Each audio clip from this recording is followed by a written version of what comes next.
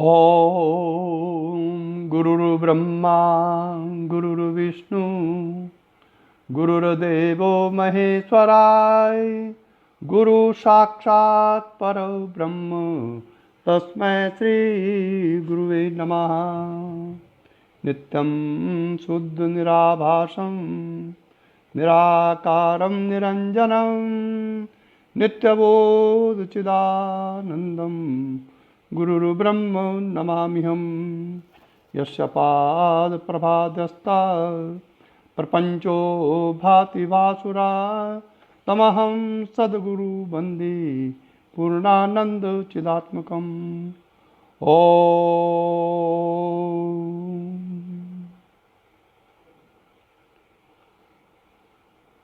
बड़ौदरा गुजरात से श्री ज्वलन देसाई ने लगभग 7-8 दिन पहले एक प्रश्न पूछा था कि आत्मा का पता सच्चित आनंद के लक्षणों के आधार पर किस प्रकार से पता चलता है, इसका वर्णन कीजिए। उसका एक भाग मैंने 2-3 दिन पहले सच्चित आनंद के शीर्षक से प्रवचन के माध्यम से साधकों को समझाया था, और अब उसका दूसरा भाग नित्यता, सत्ता की नित्यता के आधार पर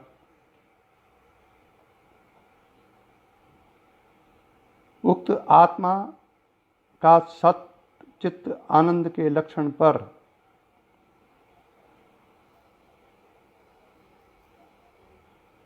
किस प्रकार से इसका विश्लेषण करके ये पता चल जाए कि आत्मा की सत्ता या उसकी नित्यता, आत्मा की सत्ता और उसकी नित्यता, आत्मा की चेतना और उसकी नित्यता, और आत्मा का आनंद और उसकी नित्यता का पता कैसे चले। इसके लिए ये सेकंड भाग इस सच्चित आनंद का उस दिन रह गया था, जिसका वर्णन कि आज किया जा रहा है।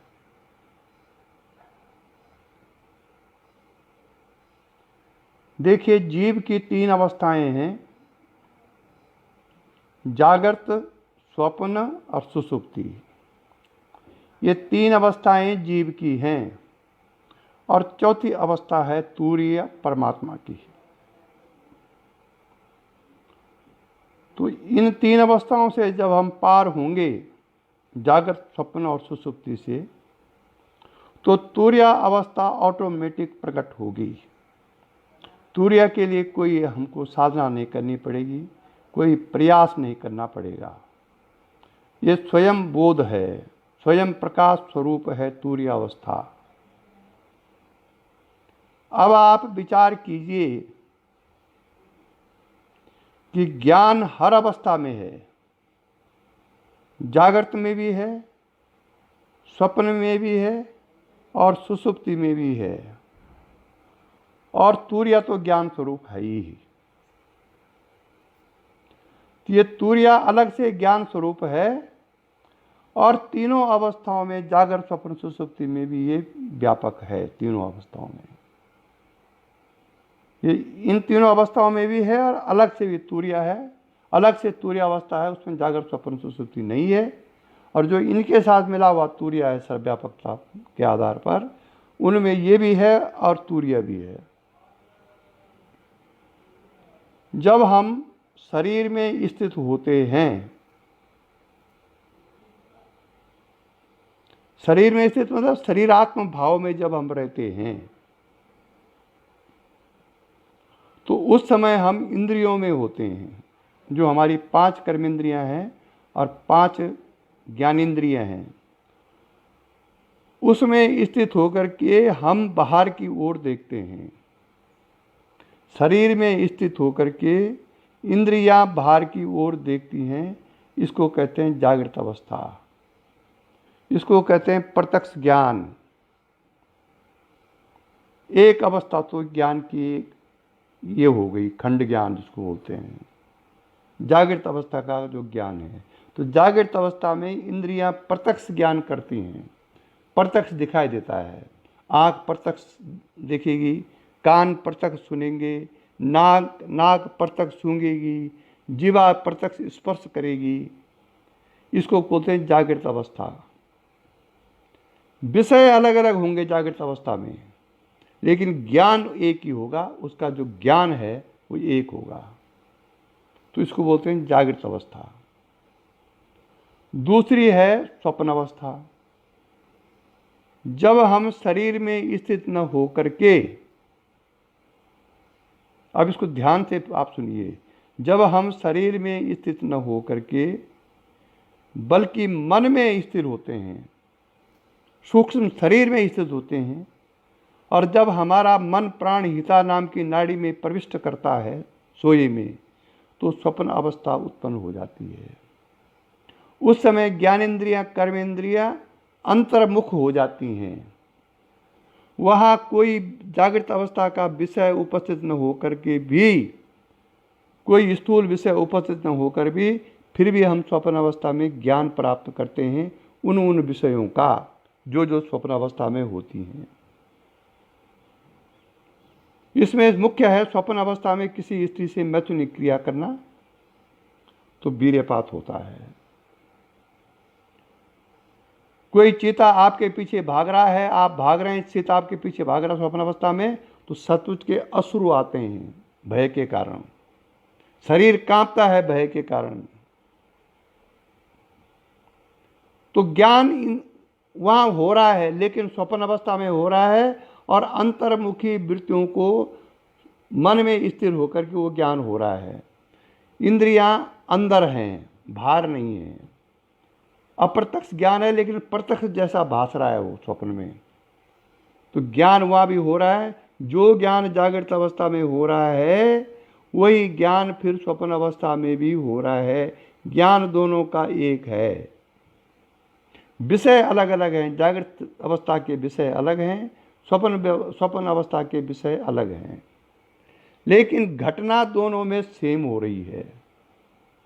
जागृत अवस्था में चीज़ें स्थिर दिखाई देती हैं और स्वप्न अवस्था में अस्थिर दिखाई देती हैं। ज्ञान एक ही है।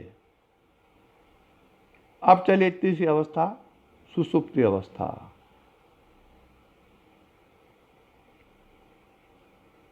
सुषुप्ति अवस्था में न स्वप्न रहता है, न जागृत अवस्था वाली अवस्था रहती है। उस समय मन लीन हो जाता है, इंद्रियां लीन हो जाती हैं, मन लीन हो जाता है। लेकिन जब हम सुषुप्ति अवस्था से उठते हैं, सुषुप्ति अवस्था के खत्म होने पर या तो हम फिर स्वप्न में जाते हैं, या फिर अगर भोग काल पूरा हो गया तो जागृत में आ जाते हैं। नारायण बोलना पड़ेगा।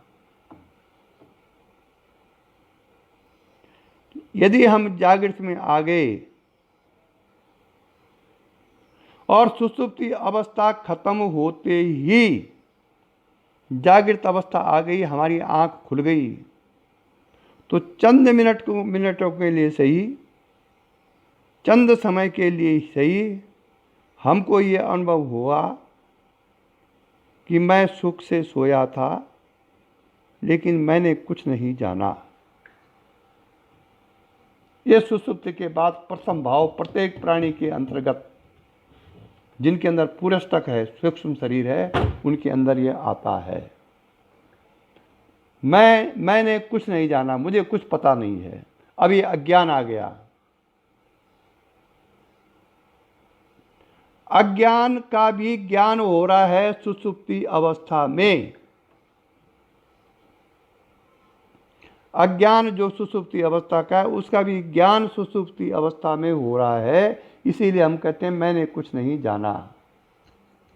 इसका मतलब जो अज्ञान था, जो कुछ नहीं जाना, उसका भी ज्ञान हमको सुषुप्ति अवस्था में हुआ।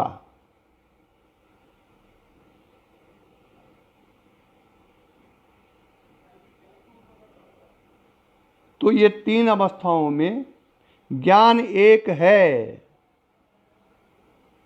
लेकिन विषय अलग अलग हैं। यह है आत्मा की नित्यता का फल। ज्ञान एक ही चल रहा है लेकिन विषय अलग अलग हैं, उन विषयों का ज्ञान एक ही है। तो यह संसार, इस संसार का 5 चीजों से ज्ञान होता है: शब्द, स्पर्श, रूप, रस और गंध।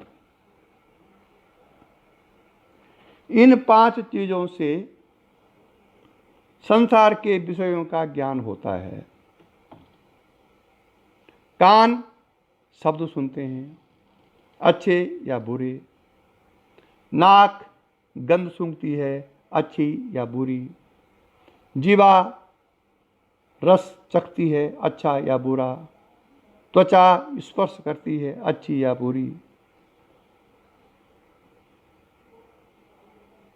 लेकिन ये जो 5 इंद्रियां हैं, 5 जो शब्द तन्मात्राएं हैं, 5 जो तन्मात्राएं जिससे ज्ञान होता है, इनके विषय तो अलग अलग हैं लेकिन ज्ञान एक ही है।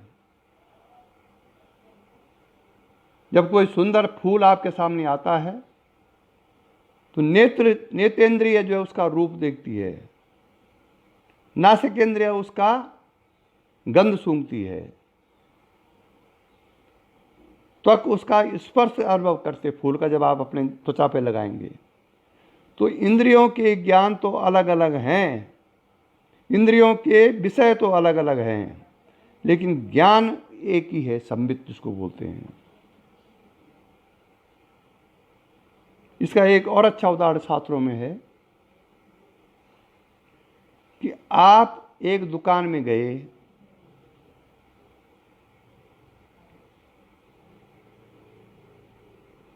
आपने कहा, एक फल वाले के पास आप गए, आपने कहा, फल वाले भैया जरा 1 किलो संतरा दे दो। फल वाले ने 1 किलो का बाट रखा बाईं तरफ दरवाजे उसमें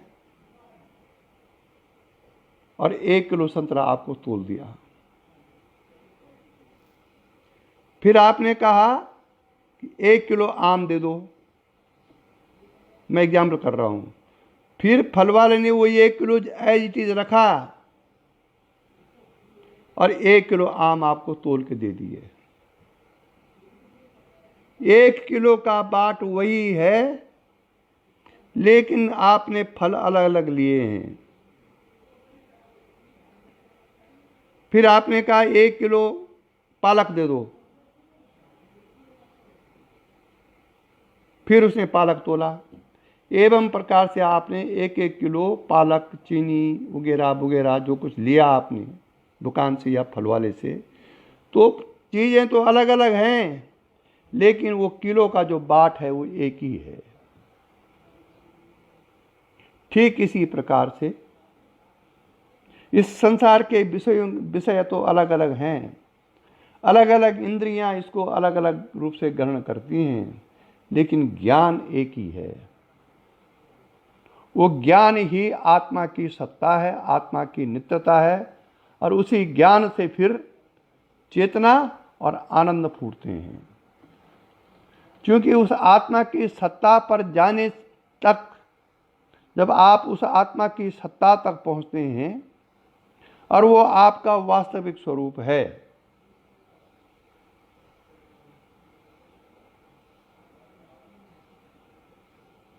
तो ज्यों ही हम अपने वास्तविक स्वरूप पे पहुंचेंगे, उस ज्ञान स्वरूप आत्मा में पहुंचेंगे, उस सत्ता स्वरूप आत्मा में पहुंचेंगे, उस चेतना स्वरूप आत्मा में पहुंचेंगे, उस आनंद स्वरूप आत्मा में पहुंचेंगे, तो हमारी 5 कर्मेंद्रिय ज्ञानेंद्रिय अंतर्मुख हो जाएंगी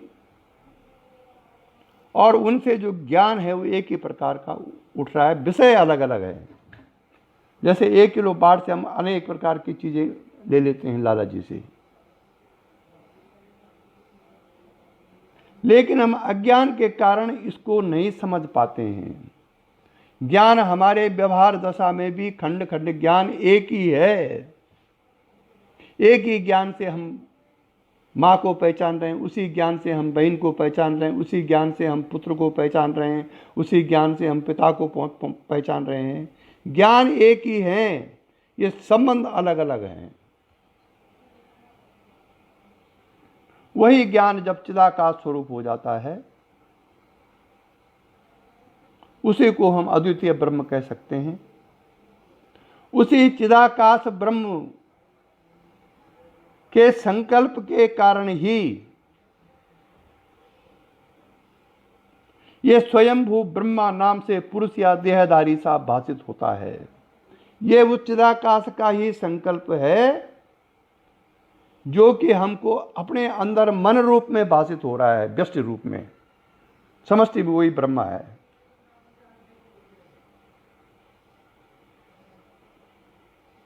ये मन भी चिदाकाश रूप ही है, इसका कोई जन्म नहीं है। अगर इसका जन्म है तो चिदाकाश का ही संकल्प है। ये मन कोई 5 भौतिक तत्वों से बना हुआ नहीं है, ये चिदाकाश रूपी ब्रह्म का ही संकल्प है। इसको शास्त्रों में स्वयंभू ब्रह्मा कहा गया है। और आपके अंदर ये मन है। कैसे?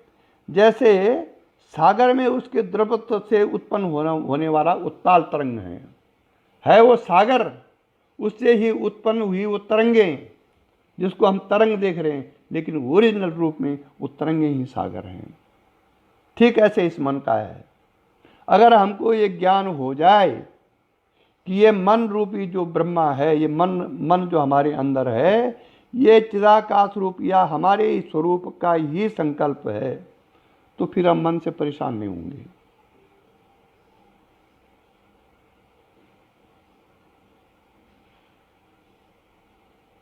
इसलिए ये मन रूपी जो ब्रह्मा है,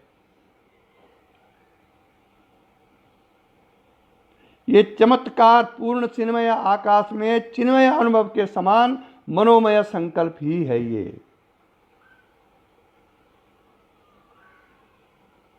इस मन का कोई पूर्व जन्म नहीं है, या ये किसी 5 भूतों से निर्मित नहीं है। इसमें कोई कार्य कारण भाव नहीं है। इस मन का कोई पूर्व जन्म का कर्म नहीं है। ये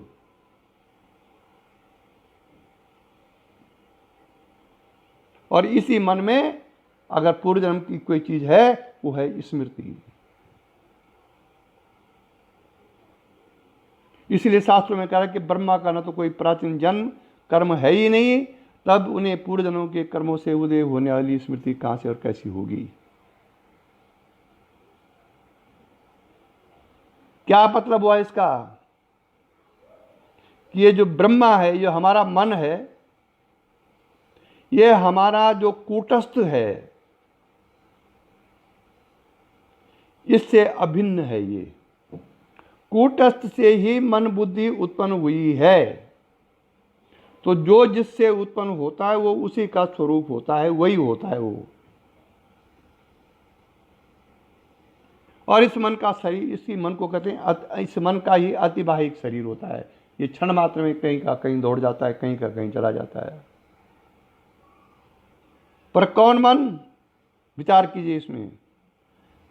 हम उस मन की बात कर रहे हैं जो विशुद्ध चित्त है, या विशुद्ध मन जो है, वास्तविक जो विशुद्ध मन है, संस्कारों वाला मन नहीं, मलिन मन नहीं, विशुद्ध मन। और वो विशुद्ध मन ही ब्रह्मा का व्यष्टि रूप है।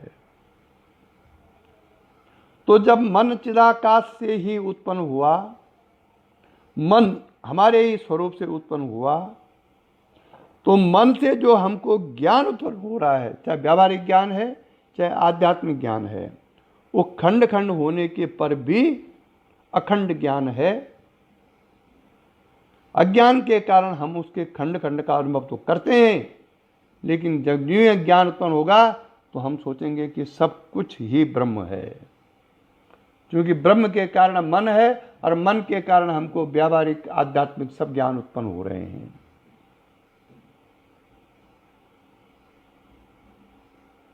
कैसे? एक बहुत सुंदर उदाहरण है। जैसे नीला आकाश आप कहीं से भी देखेंगे नीले आकाश को,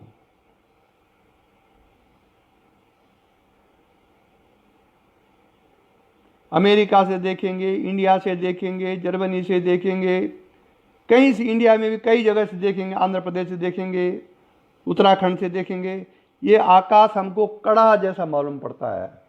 कहीं से भी देखेंगे ऐसा लगता है कि यह आकाश बिना आधार के कड़ा जैसा है, कढ़ाई जैसी उल्टी कढ़ाई रखी रहती है।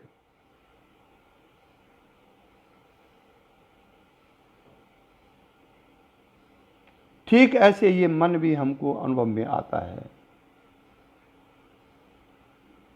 ये समष्टि रूप जो मन है, जो व्यष्टि रूप में हम उसको मन कहते हैं, और समष्टि रूप में उसको ब्रह्मा कहते हैं, क्योंकि यही ब्रह्मा सृष्टि का रचिता है।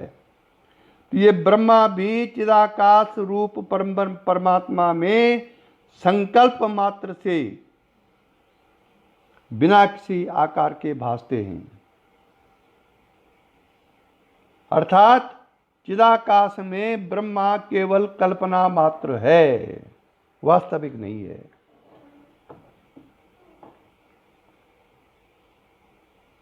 इसलिए विषय अलग अलग हो सकते हैं संसार में, लेकिन आत्मा की नित्यता, आत्मा की सत्ता एक है। जैसे कि मैंने उदाहरण में बताया, उस आत्मा के सत्ता के कारण हम शब्द, स्पर्श, रूप, रस का ज्ञान तो प्राप्त कर रहे हैं, विषय तो बदल रहे हैं, लेकिन ज्ञान एक ही है। ठीक ऐसे ही जब एक खंड ज्ञान, एक समय का ज्ञान, एक क्षण का ज्ञान, एक मिनट का ज्ञान एक ही है, तो फिर यही ज्ञान, एक दिन का ज्ञान, एक रात का ज्ञान, फिर एक 15 दिन का ज्ञान, फिर एक मास का ज्ञान, एवं प्रकार से फिर एक वर्ष का ज्ञान, फिर संवत्सर का ज्ञान, फिर हजारों लाखों वर्षों का जो ज्ञान है वो एक ही है। सृष्टियां बदल रही हैं, पुरुष बदल रहे हैं, काल बदल रहा है, सब कुछ बदल रहा है, लेकिन उनका जो ज्ञान है, संबित जो है वो एक है। त्रेता युग, द्वापर युग, कितने प्रकार के युग आ गए, लेकिन वो ज्ञान जो है वो एक है, और उसी ज्ञान का व्यवहार में खंड खंड ज्ञान है। इससे पता चलता है कि आत्मा ज्ञान स्वरूप है, आत्मा नित्य है, आत्मा अजन्मा है, और आत्मा ही इस संसार में, इस जगत में ब्रह्म ही भास रहा है। ब्रह्म के कारण ही ये जगत देख रहा है, और जगत ही ब्रह्म का कारण है। अब जगत उल्टा हो गया ना, जगत ब्रह्म का कारण कैसे है भाई? क्योंकि ब्रह्म से ही ये जगत उत्पन्न हुआ है, उस नित्य अखंड ज्ञान से ही जगत उत्पन्न हुआ है। यथा धाता पूर्वम कल्पयेत, उपनिषद बोल रहा है। जैसा कि विधाता ने पहली रचना रची थी, उसी प्रकार से ये जगत उत्पन्न हुआ, और ये जगत को जब हम लय करने की साधना करेंगे तो फिर हम पहुंचेंगे ब्रह्म में ही, और फिर ब्रह्म से निकलेंगे, पहुंचेंगे जगत में ही। इस प्रकार की जब दोनों साधनाएं हम करेंगे तो एक दिन ये अनुभव होगा कि जगत ही ब्रह्म है, ये संसार ही ब्रह्म है।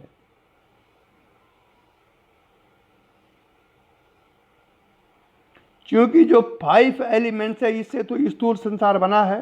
पहले 5 सूक्ष्म तन्मात्राएं उत्पन्न हुई, उनसे धीरे धीरे आकाश से वायु, वायु से अग्नि, अग्नि से पृथ्वी, इस प्रकार से 5 तत्व बने। लेकिन इसमें ब्रह्म की ही सत्ता आई। ब्रह्म से सबसे पहले आकाश उत्पन्न हुआ, आकाश है इसलिए बोलते हम, सत्ता आ गई इसमें। आकाश से फिर वायु उत्पन्न हुई, वायु है, इसमें आकाश की सत्ता नहीं आई, वायु में ब्रह्म की सत्ता आई। फिर वायु से अग्नि उत्पन्न हुई, फिर जल उत्पन्न हुआ, फिर पृथ्वी उत्पन्न हुई। इस प्रकार से ये 5 जो तत्व हैं वो तो हुए, लेकिन इसमें सत्ता ब्रह्म की आई।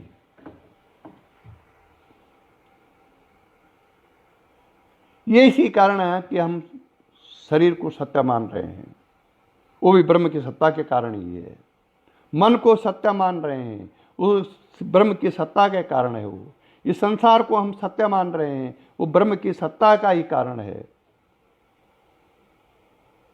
भाई आप पानी में चीनी मिलाएंगे तो मीठा का कारण जो है चीनी है, अलग से नहीं कोई कारण। इसलिए जब इस प्रकार से हम अपने अज्ञान को शास्त्रों के श्रवण से, गुरु के प्रवचन से और शास्त्र के अध्ययन से, संतों की कृपा से जब हम ये ज्ञान उत्पन्न हमारे अंदर हो जाता है, तो फिर ये जगत ही ब्रह्म है, ये संकल्प पूरा हो जाता है जीव का। वही सत्ता, आत्मरूप की जो सत्ता है, जब बुद्धि में प्रतिबिंबित होती है, वही आत्म सत्ता, वही ज्ञान स्वरूप सत्ता जब बुद्धि में पड़ती, अर्थात कूटस्थ का रिफ्लेक्शन जब बुद्धि में पड़ता है, तो वो जीव हो जाता है। इसी को जीवात्मा बोलते हैं।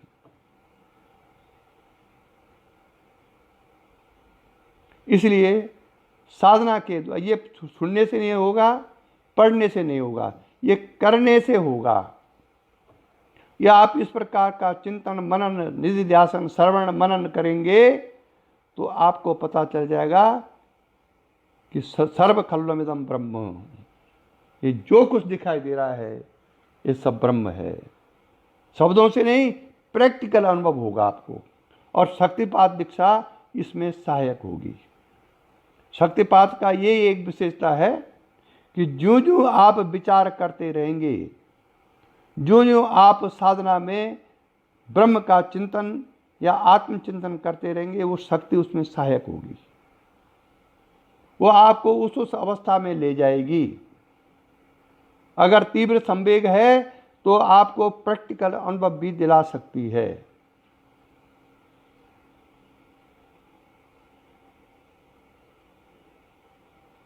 इसलिए ये जो खंड खंड ज्ञान है, ये आत्मा का ही ज्ञान है, जो कि व्यवहार में खंड खंड जैसा दिखाई दे रहा है। और जब हम इसका विचार करेंगे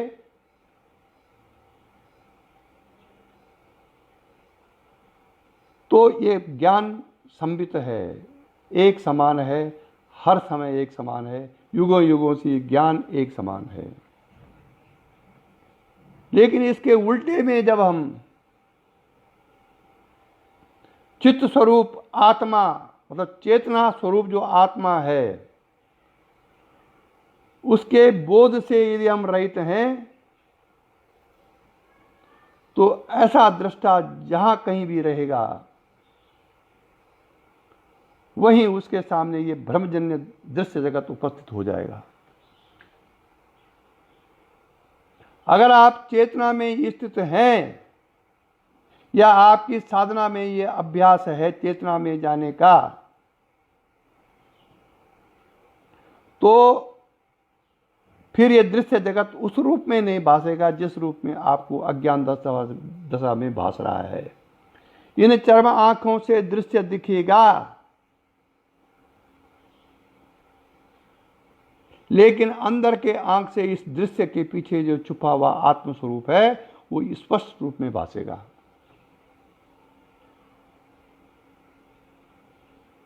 इसलिए दृश्य के दिखते हुए निर्विकल्प समाधि और निर्विकल्प समाधि के बिना तूर्य पद की प्राप्ति संभव नहीं है। जब आपको लगातार साधना में निर्विकल्प समाधि होती रहेगी, तब तूर्य पद की आपको अनुभव होगा।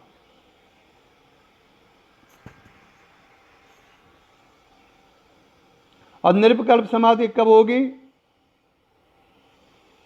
जब आप दृश्य को हटाने की विद्या सीख लेंगे। दृश्य को देखते हुए निर्विकल्प समाधि कभी नहीं हो सकती है। और जब तक निर्विकल्प समाधि नहीं हुई लगातार, तब तक तूर्य पद की प्राप्ति भी संभव नहीं है।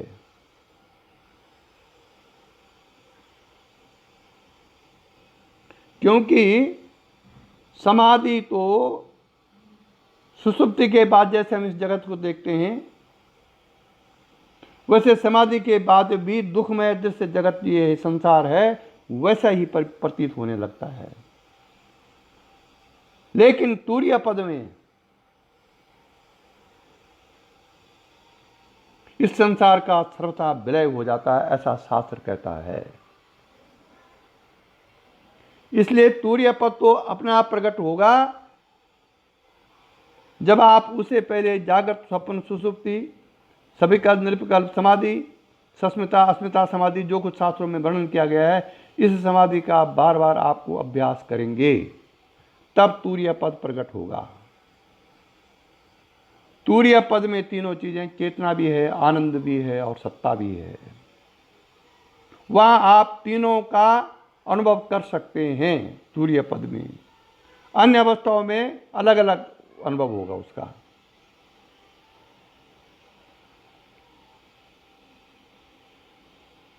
इसलिए दृश्य के दिखते हुए निर्विकल्प समाधि और निर्विकल्प समाधि के बिना तूर्य पद की प्राप्ति संभव नहीं है। और यह तूर्य पद ठीक ऐसे ही छुपा हुआ है जागृत स्वप्न सुषुप्ति में, जैसे कि बीज में वृक्ष छिपा रहता है। इसलिए हमको यदि ये जीवन कृतार्थ करना है हमको, तो हम जागृत स्वप्न सुषुप्ति की ज्ञानों से ऊपर उठ करके तूर्य ज्ञान में स्थित हो जाएं, और तब जाके हमको आत्मा की नित्यता, आत्मा की सत्ता, आत्मा की चिन्मयता, आत्मा की चेतना और आत्म स्वरूप का अपना जो वास्तविक स्वरूप है उसका ज्ञान होगा। इसी के साथ आज का प्रवचन समाप्त हुआ। यही दिव्य दृष्टि हमें दीजिए भगवान, हो कण कण में निस दिन तुम्हारे ही दर्शन। लखूं नित्य सर्वत्र मूर्ति तुम्हारी, सुनो जड़ जगत से ये कीर्ति तुम्हारी। यही दिव्य दृष्टि हमें दीजिए भगवान, हो कण कण में निस दिन तुम्हारे ही दर्शन। तेरी शुभ सत्ता बिना हे प्रभु मंगल मूल, पत्ता तक हिलता नहीं, खिलता नहीं है फूल। रोम रोम में तुम रमे फिर क्या रहा बिछो, लेकिन तुम मिलते नहीं एक ऐसा संयोग। ओम असतो मा सद्गमया तमसो मा ज्योतिर्गमया, मृत्योर्मा अमृतं गमया। ओम शांति शांति शांति।